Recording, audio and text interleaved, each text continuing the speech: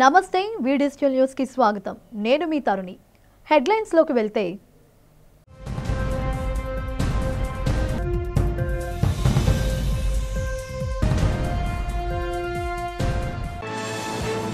పర్యాటక రంగ అభివృద్ధికి నవంబర్ నెలలో టూరిజం పాలసీ విడుదల చేస్తామన్న రాష్ట్ర మంత్రి కందుల దుర్గేష్ పర్యాటక రంగం అభివృద్ధికి కేంద్ర రాష్ట్ర ప్రభుత్వాలు పెద్ద పీట వేస్తున్నాయని వెల్లడి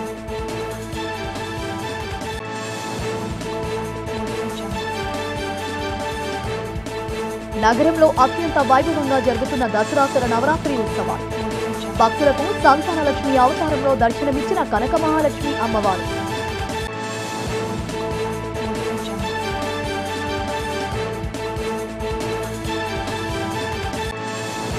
కేజీహెచ్లో హరే కృష్ణ మూమెంట్ ఆధ్వర్యంలో ప్రారంభమైన వస్తీ కౌంటర్ను ప్రారంభించిన దక్షిణ ఎమ్మెల్యే వంశీకృష్ణ శ్రీనివాస్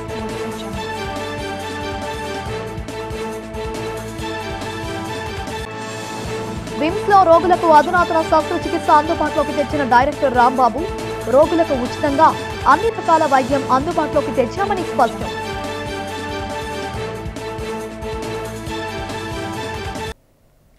రాష్ట్ర పర్యాటక రంగాన్ని అభివృద్ధి చేసేలా నవంబర్లో టూరిజం పాలసీ విడుదల చేస్తామని ఏప్రిల్ 2025 నుండి పాలసీ అమల్లోకి రానుందని రాష్ట్ర పర్యాటక సాంస్కృతిక సినిమా ఆటోగ్రఫీ మంత్రి కందుల దుర్గేష్ వెల్లడించారు ఆదివారం సాయంత్రం విశాఖపట్నంలోని సర్క్యూట్ హౌస్లో మీడియాతో మాట్లాడిన మంత్రి టూరిజం పాలసీకి సంబంధించిన పలు అంశాలు వివరించారు పర్యాటకులను ఆకర్షించేలా స్టేక్ హోల్డర్లకు అనుకూలంగా ఉండేలా పాలసీ రూపకల్పనకు కృషి చేస్తామని స్పష్టం చేశారు ఆంధ్రప్రదేశ్ రాష్ట్ర పర్యాటక రంగానికి ప్రత్యేక సహకారం అందించేందుకు కేంద్ర పర్యాటక శాఖ మంత్రి గజేంద్ర సింగ్ షెకావత్ ముందుకు వచ్చారని తెలిపారు సెప్టెంబర్ 2న బెంగళూరులో జరిగిన దక్షిణాది రాష్ట్రాల పర్యాటక మంత్రుల సదస్సులో హామీ ఇచ్చారని గుర్తు చేశారు వైజాగ్లో జరగాల్సిన సమావేశం భారీ వర్షాలు వరదల వల్ల బెంగళూరులో జరిగిందని పేర్కొన్నారు ఏపీలో పర్యాటక అభివృద్ధికి అవసరమైన వనరులు పుష్కలంగా ఉన్నాయని వాటిని మరింత అభివృద్ధి చేసుకోవాల్సిన అవసరం ఉందన్న విషయాన్ని తాను వెల్లడించారని మంత్రి వివరించారు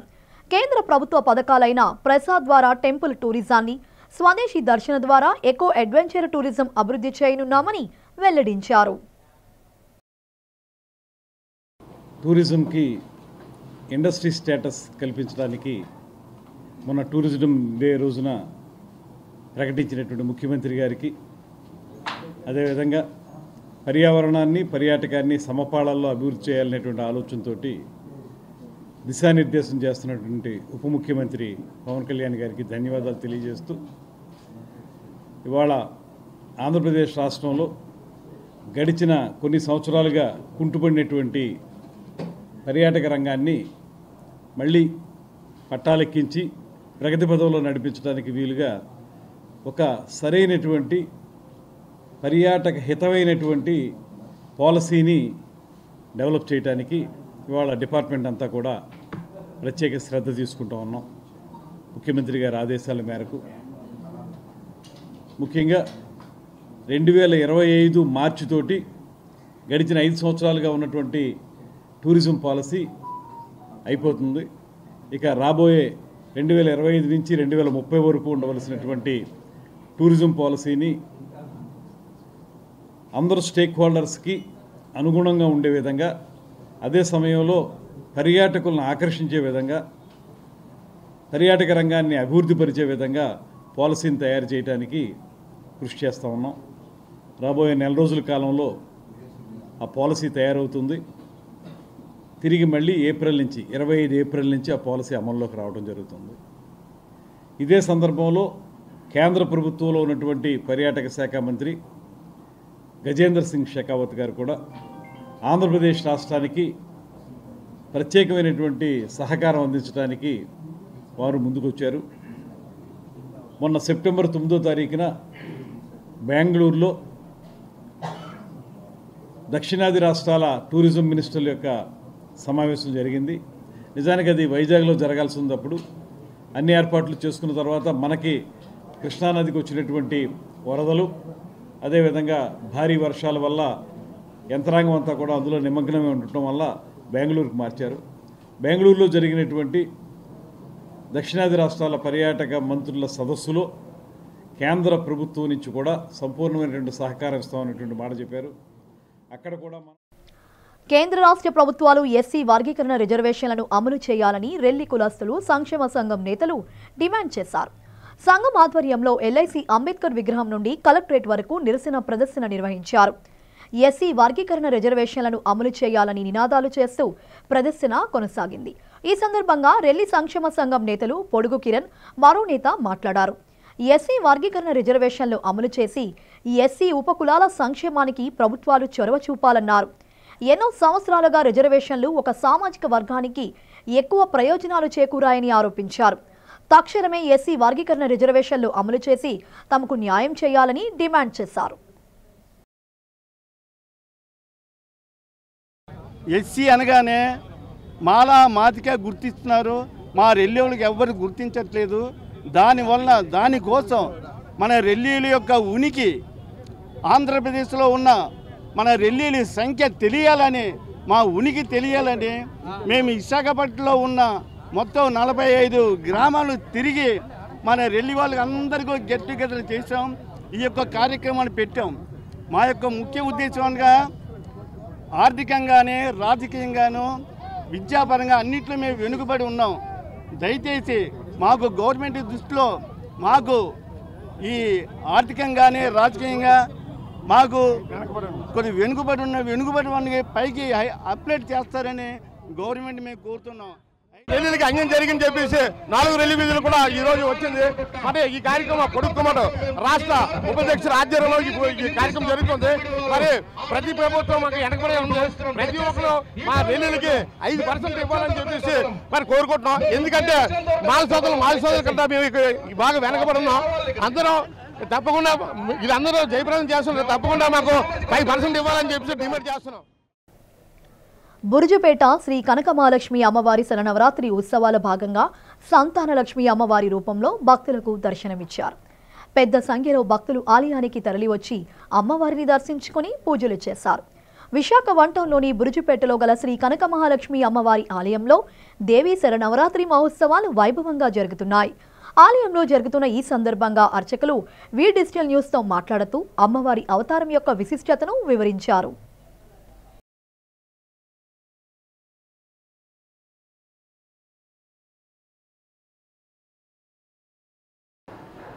దేవీ శరన్నవరాత్ర ప్రయుక్త సందర్భంగా ఈ రోజున 5వ రోజు కనక మహాలక్ష్మి అమ్మవారికి ఉదయం నుంచి కూడా పంచామృతాభిషేకం చేయడం జరిగింది ఉదయం కాలంలో. తరువాత సంతానలక్ష్మి స్వరూపిణిగా ఈవేళ అలంకరణ చేయడం జరిగింది. అలాగే కలువ పువ్వుల పూజ, సహస్రనామార్చన, అలాగే నవావరణార్చన, 4 వేదములు, వేదపారాయణలు, సప్తసిద్ధి పారాయణ, శ్రీ సూక్త మూలమంత్రములతో హోమములు, పూర్ణాహుతి కార్యక్రమాలు జరిగాయి. అలాగే ఈ రోజుతో 5 రోజుల కార్యక్రమం పూర్తవుతుంది. రేపు 12వ తేదీ దాకా విజయదశమి కనుక విజయదశమి వరకు కూడా ఇలాగే ప్రతిరోజు ఒక విశేషమైన అలంకారము, ఈ పంచామృతాభిషేక పూజ, శ్రీచక్రార్చన, ఈ కార్యక్రమాలన్నీ కూడా కొనసాగుతాయి.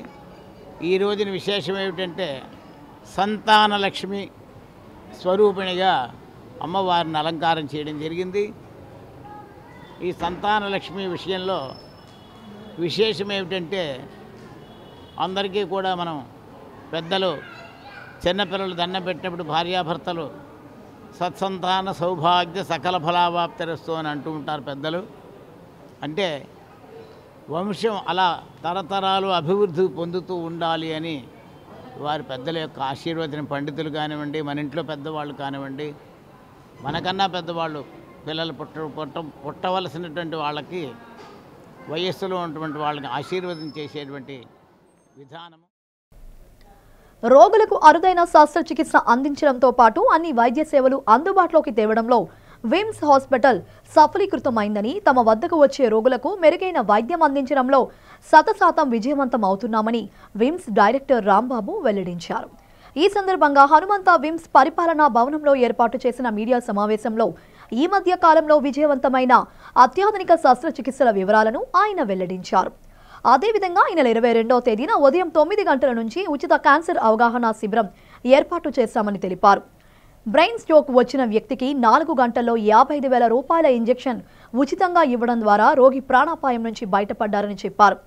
పక్షవాతంకి గురైన రోగి ఆసుపత్రికి వచ్చిన 2 గంటల్లో రోగి పరిస్థితి మెరుగుపడిందని, వారం రోజుల్లో డిశ్చార్జ్ అయ్యారని గుర్తు చేశారు. రోగిని గోల్డెన్ హవర్ అంటే 3 గంటల లోపు ఆసుపత్రికి తరలించాలి అని సూచించారు. రోగి జగన్నాథరావు మాట్లాడుతూ పక్షవాతం వచ్చాక ఇంట్లో పడిపోయానని వెంటనే విమ్స్ ఆసుపత్రిలో చేర్పించారన్నారు. గంట వ్యవధిలోనే ఆరోగ్యం మెరుగుపడిందని చెప్పారు. మీడియా సమావేశంలో విమ్స్ వైద్యులు, సిబ్బంది పాల్గొన్నారు. క్యాన్సర్ కి సంబంధించినటువంటి డిపార్ట్మెంట్ కూడా ఏర్పాటు చేసుకోవడం జరిగింది విమ్స్ లో. దీని యందు మెడికల్ ఆంకాలజీ మరియు సర్జికల్ ఆంకాలజీ 2 డిపార్ట్మెంట్లు ఉన్నాయి మనకి. ఎక్సెప్ట్ రేడియేషన్ తప్ప మిగతా ఆంకాలజీ మొత్తం మనం కీమోథెరపీ అన్ని రకాలైనటువంటి క్యాన్సర్ వ్యాధిగ్రస్తులకు ఇవ్వడం జరుగుతుంది. రాష్ట్ర ప్రభుత్వం మనకి ఏ రకమైనటువంటి మెడిసిన్స్ అడిగినా సరే, కీమోథెరపీ ఏజెంట్స్ ఎంత కాస్ట్లీ ఉన్నా సరే, క్యాన్సర్ వారి మీద చాలా ముందు చూపుతో ప్రైమరీ హెల్త్ సెంటర్ నుంచి కూడా డయాగ్నోస్టిక్ ఏ విధంగా చేసి ప్రివెంటివ్ మెజర్స్ ఎలా తీసుకోవాలనే దాని మీద ప్రణాళికను సిద్ధం చేసి మాకు పంపించడం జరిగింది. దాని ప్రకారంగా మేము వారానికి 2 రోజులు రోగులు వారి బంధువుల సౌకర్యార్థం హరే కృష్ణ మూవ్మెంట్ కేజీహెచ్లో చేస్తున్న కార్యక్రమాలను ఎమ్మెల్సీ సిహెచ్ వంశీకృష్ణ శ్రీనివాస్ యాదవ్ కొనియాడారు. Hare Krishna movement touch stone charity సౌజన్యంతో కేజీహెచ్లో ఏర్పాటు చేసిన సుభోజన నూతన భోజన వసతి కౌంటర్ను ఆయన ప్రారంభించారు. అనంతరం ఎమ్మెల్యే వంశీకృష్ణ మాట్లాడుతూ కేజీహెచ్లో నూతన భవనాలు నిర్మించడంతో పాటు రోగులకు మరెన్నో సేవలు అందించేలా కృషి చేస్తానని చెప్పారు. హాస్పిటల్ ఆధునీకరణకు తమ ప్రభుత్వం అధిక ప్రాధాన్యత ఇస్తుందని తెలిపారు. ఈ కార్యక్రమంలో కేజీహెచ్ సూపరింటెండెంట్ డాక్టర్ శివానంద్, స్థానిక కార్పొరేటర్ అప్పలరత్నం, హరే కృష్ణ మూవ్మెంట్ ప్రతినిధులు, వైద్య సిబ్బంది, కూటమి నాయకులు శివప్రసాద్ రెడ్డి, యజ్ఞశ్రీ, సీఎం రమణ, గాయత్రి, జోగిరాజు తదితరులు పాల్గొన్నారు.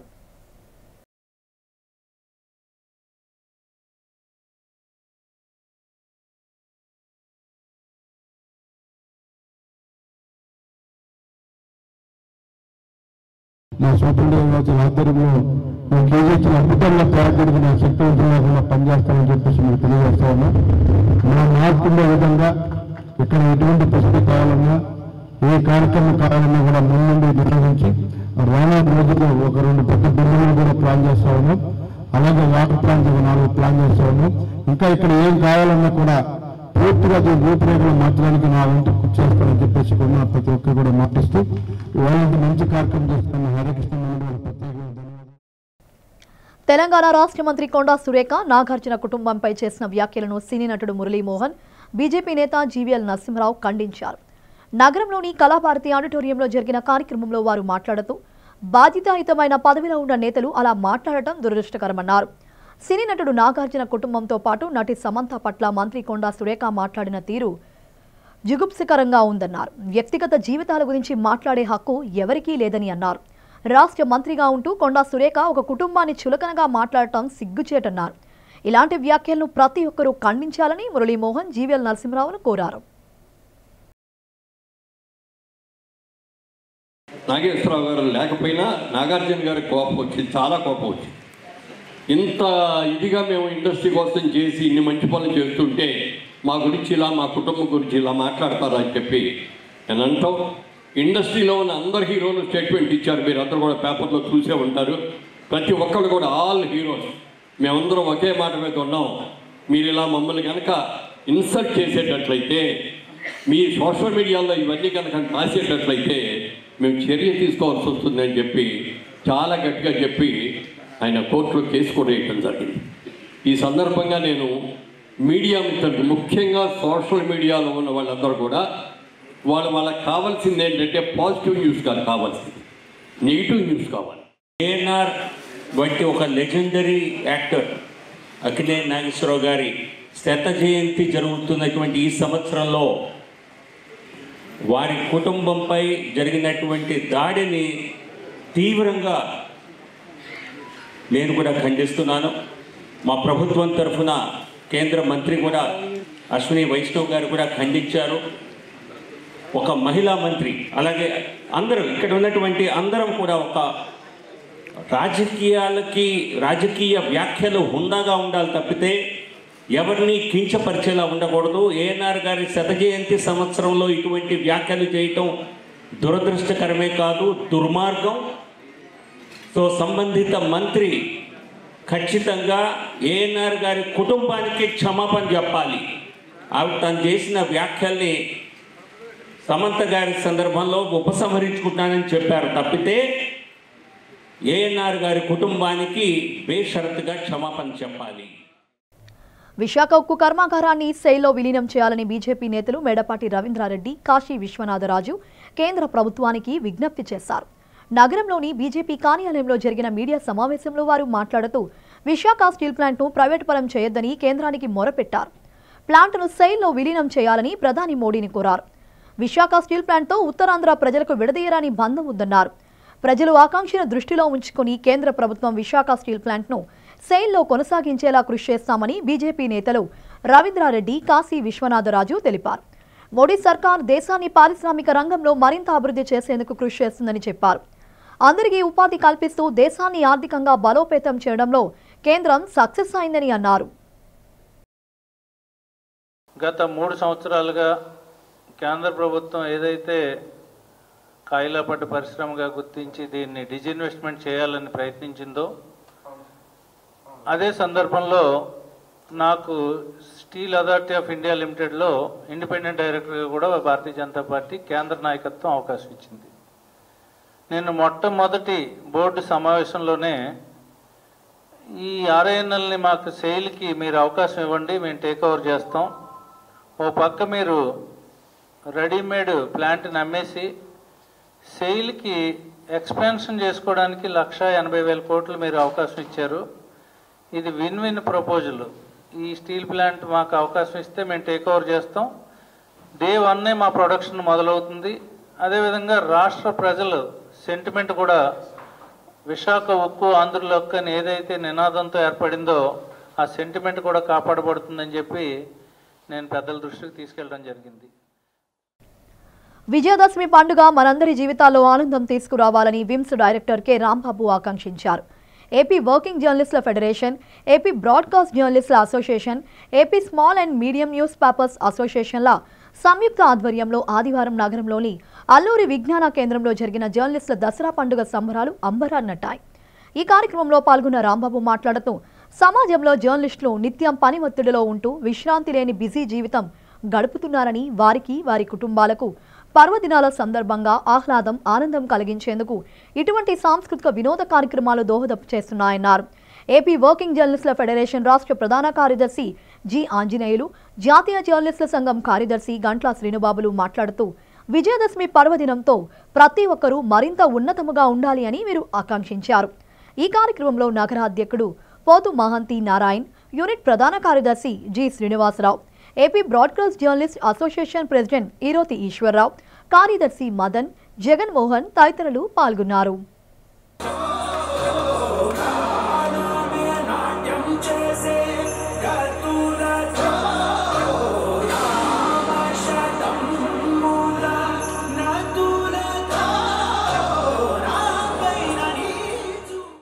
జర్నలిస్టులు, రాష్ట్రంలో ఉండే జర్నలిస్టులందరికీ, ప్రింట్, ఎలక్ట్రానిక్, బ్రాడ్కాస్ట్ మీడియా జర్నలిస్టులు అందరికీ కూడా ఫెడరేషన్ తరఫున దసరా శుభాకాంక్షలు తెలియజేస్తూ ఉన్నాం. ఈవేళ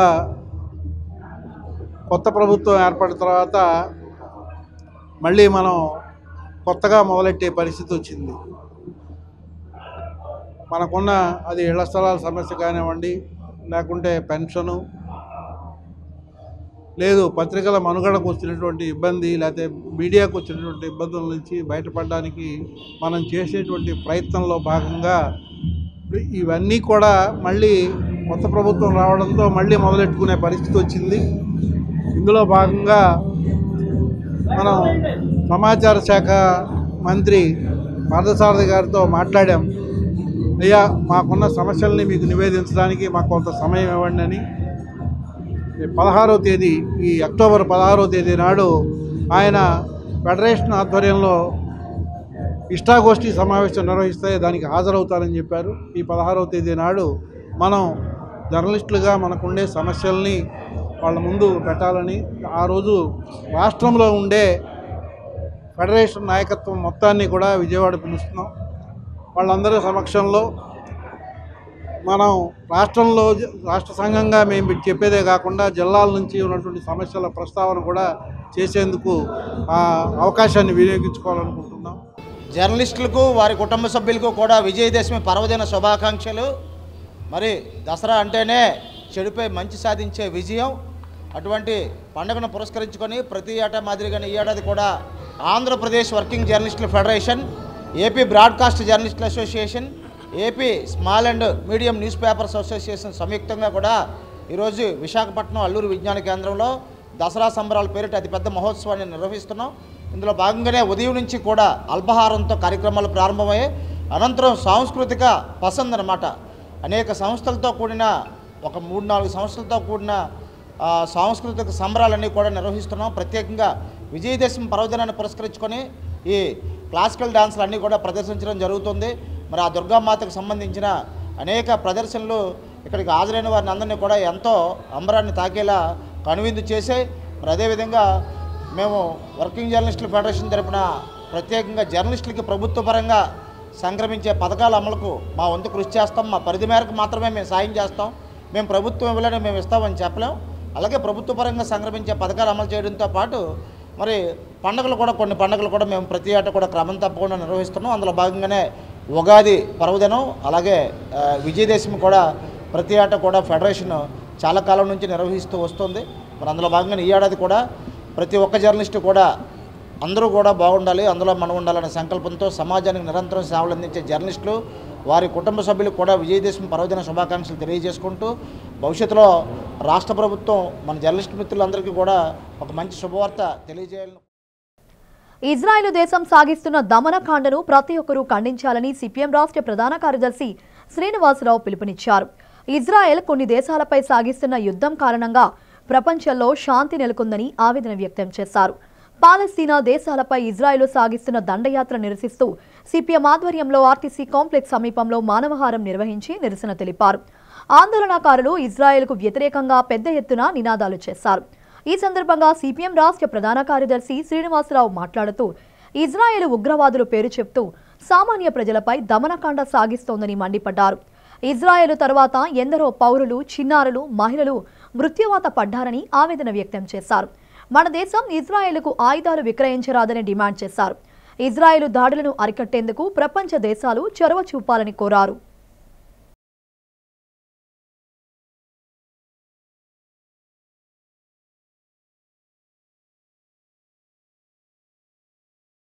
ఇదే రోజు ఇజ్రాయెల్ దుర్మార్గంగా పాలస్తీనా మీద దాడి చేసింది. ఆ రోజు నుంచి ఈ రోజు దాకా 50,000 మంది అమాయక ప్రజలను బలి తీసుకుంది.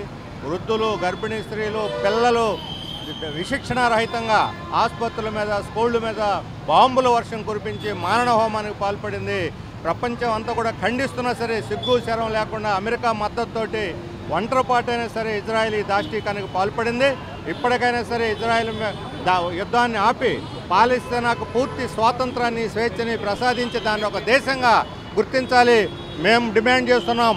పాలస్తీనా, ఇజ్రాయెల్ 2 దేశాలు ఉండాలి, పక్కపక్కన ఉండాలి, శాంతి సామరస్యాలతో కలిసిమెలిసి ఉండాలి అని చెప్పి మేము కోరుతున్నాం. అభాగ్యులకు సేవలు అందించడమే తమ ఏకైక లక్ష్యమని మానవతా స్వచ్ఛతా సేవా సంస్థ వ్యవస్థాపకులు ఎన్ రామచంద్రారెడ్డి తెలిపారు. కుల మత ప్రాంతాలకు అతీతంగా అభాగ్యులకు నిరంతరం సేవలు అందిస్తూనే ఉన్నామని చెప్పారు. సంస్థ విశాఖ ఉమ్మడి జిల్లాల నూతన కమిటీల నియామకం ఇటీవల జరిగింది. ఈ సందర్భంగా గాజువాకలో జరిగిన కార్యక్రమంలో రామచంద్రారెడ్డి మాట్లాడుతూ రాష్ట్ర వ్యాప్తంగా 127 యూనిట్లు ఉన్నాయని చెప్పారు. తమ సంస్థల ద్వారా పెద్ద సంఖ్యలో అభాగ్యులకు సేవలు అందిస్తున్నామని తెలియజేశారు. సంస్థ విశాఖ ఉమ్మడి జిల్లాల ఇన్ఛార్జ్ కోడూరు రాధా పుష్పలత మాట్లాడుతూ ఇతరుల సంక్షేమానికి చేపట్టే కార్యక్రమంలో ప్రతి ఒక్కరూ భాగస్వామ్యం కావాలని కోరారు. ఈ సందర్భంగా విశాఖ ఉమ్మడి జిల్లాల నూతన అధ్యక్షుడిగా దీనంకొండ కృష్ణంరాజును ఎన్నుకున్నారు. ఈ కార్యక్రమంలో కార్పొరేటర్లు బిఎన్ పాత్రుడు, రాజాన రామారావు, ఉరుకూటి చందు, బల్లిరెడ్డి సత్యనారాయణ, స్థానిక నేతలు వెన్నెల ఈశ్వర్రావు, సాగిరాజు జానకి రామరాజు, అవటాల రామనుజులు రెడ్డి తదితరులు పాల్గొన్నారు.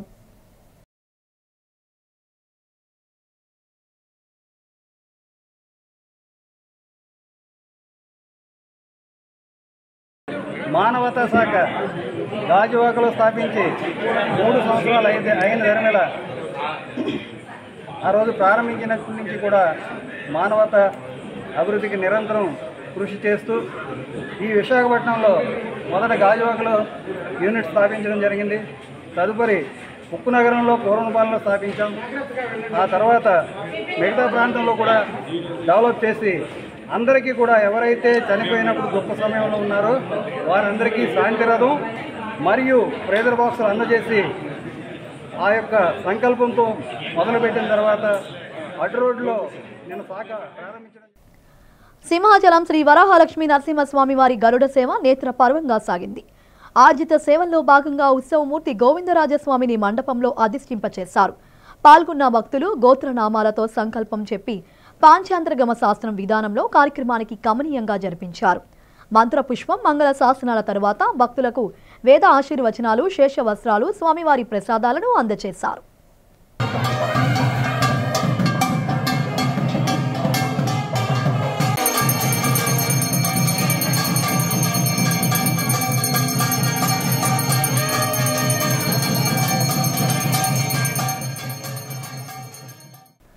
పది రోజుల పసికందు మిస్సింగ్ మిస్టరీ కేసును 3 గంటల్లో ఛేదించామని 6వ సిఐ గోవిందరావు తెలిపారు. ఈ సందర్భంగా మీడియాతో ఆయన మాట్లాడుతూ కసింకోట మండలం ఎస్పేటలో శిశువును వెతికి పట్టుకున్నామని చెప్పారు. నగర పోలీస్ కమిషనర్ ప్రత్యక్ష పర్యవేక్షణలో ద్వారకా ఏసీపీ రాంబాబుతో కలిసి పసికందు ఆచూకీ కోసం వెతకామని అన్నారు. ఆదివారం అర్ధరాత్రి సుమారు 2 గంటల సమయంలో రామకృష్ణాపురంలో ఒక కారు వచ్చి ఆగిందని చెప్పారు. మంచంపై నిద్రిస్తున్న 18 రోజుల పసికందును తీసుకువెళ్లారని తమకు సమాచారం వచ్చిందని తెలిపారు. డొక్కా శివాతో భవానీ అనే అమ్మాయికి 2021లో వివాహం జరిగిందని సిఐ గోవిందరావు తెలిపారు. తొలి కాన్పులో కుమార్తె జన్మించగా మరలా రెండోసారి కూడా కుమార్తె జన్మించడంతో పోషించడం కష్టమని ఆ దంపతులు భావించారని తమ విచారణలో తేలిందని అన్నారు.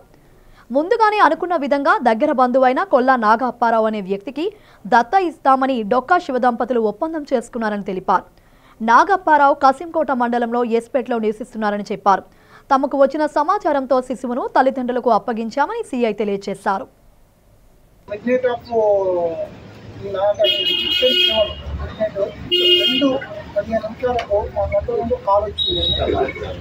కాల్ ఏంటంటే మన యాక్సిడెంట్ వచ్చింది రామకృష్ణాపురం నుండి వచ్చినాం ఇంటికి దివానా కార్డు మీద పడుకున్న 18 రోజుల పిల్లల్ని తీసుకెళ్ళిపోతారే కంపెనీ కాల్ చేశారు. ఆ కాల్ని వెంటనే మా ఏసీపీ గారు మేము నైట్ వరకు తిరుగుతున్నాం. ఇమీడియట్గా సార్ పండించి ఇమీడియట్గా మా అందరం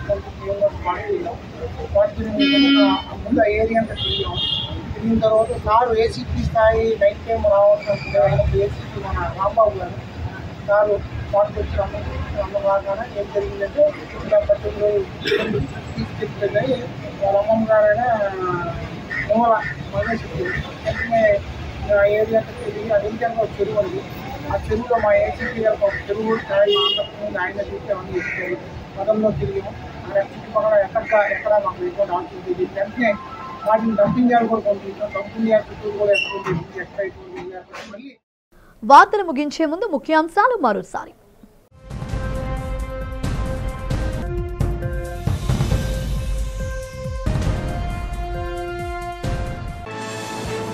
పర్యాటక రంగ అభివృద్ధికి నవంబర్ నెలలో టూరిజం పాలసీ విడుదల చేస్తామన్న రాష్ట్ర మంత్రి కందుల దుర్గేష్. పర్యాటక రంగం అభివృద్ధికి కేంద్ర రాష్ట్ర ప్రభుత్వాలు పెద్ద పీట వేస్తున్నాయని వెల్లడి.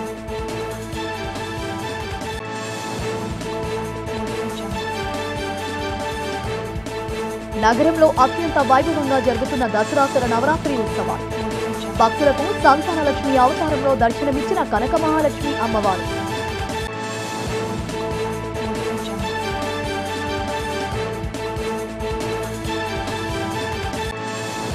కేజీహెచ్లో హరే కృష్ణ మూమెంట్ ఆధ్వర్యంలో ప్రారంభమైన వస్తీ కౌంటర్ను ప్రారంభించిన దక్షిణ ఎమ్మెల్యే వంశీకృష్ణ శ్రీనివాస్.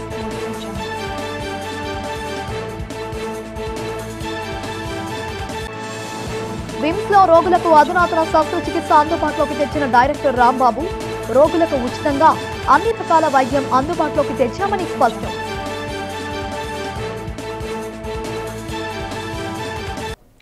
ఇవి ఇప్పటి వరకు ఉన్న అప్డేట్స్. మరిన్ని అప్డేట్స్ కోసం చూస్తూనే ఉండండి వి డిజిటల్ న్యూస్.